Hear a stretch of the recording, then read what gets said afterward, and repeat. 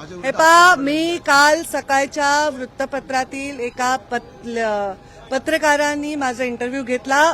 त्यांनी मला याबद्दल प्रश्न विचारले आणि मी त्यांना सांगितलं याच्यावर मी उत्तर देणार नाही, कारण प्रश्नच मान्य नसल्यामुळे उत्तर द्यायचा संबंधच येत नाही. त्यामुळे त्यांनी जे माझं नाव घेऊन चर्चा करतायत त्याच्याबद्दल माझ्या पक्षातील श्रेष्ठींशी, म्हणजे सन्माननीय मुख्यमंत्री, सन्माननीय प्रदेशाध्यक्ष बावनकुळेजी आणि आमचे संघटनातला जे श्रेष्ठी आहेत त्यांच्याशी मी चर्चा केलेली आहे. ज्या विषयामध्ये कुठलाही संबंध नसताना माझ्या नावाचा उल्लेख करणं किंवा कुठल्याही टिप्पणी करणं वैयक्तिक पद्धतीने हे त्यांनी करणं अपेक्षित नाही आणि त्यांनी ते करू नये. पक्षाच्या भूमिकांना ठेच पोचू नये म्हणून मी गेले 4-5 महिने नागपूर अधिवेशनापासून ते आतापर्यंत गप्प बसले. पण आता मी पक्षश्रेष्ठींना विनंती केली आहे की त्यांना समज द्यावी. तुम्ही धोंडेंना मदत केली असा त्यांचा आरोप आहे. मी प्रचार केलाय का नाही तुम्ही रेकॉर्डवर जाऊन पहा. आणि या राज्यामध्ये अनेक लोक जे भारतीय जनता पार्टीशी निगडीत होते ते अपक्ष उभे राहिलेले आहेत.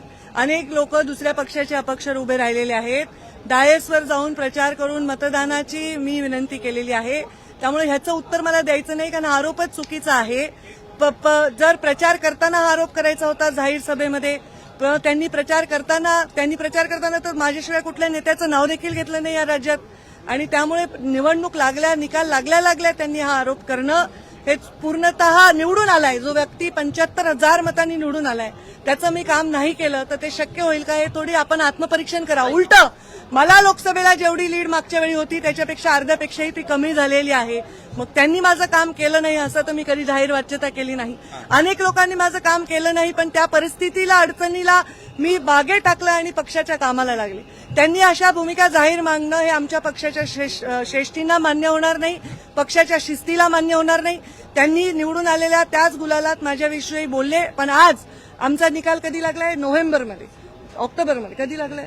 23 नोव्हेंबर पासून आज 12 मार्च पर्यंत मी या विषयावर कधीही भाष्य करायचं टाळलं, कारण माझ्या पक्षाला त्याच्यामुळे पीडा होते. तो वाद पक्षाचा समोर येऊ नये म्हणून. आणि पक्षश्रेष्ठींना मी विनंती केलेली आहे की त्यांनी समज द्यावी.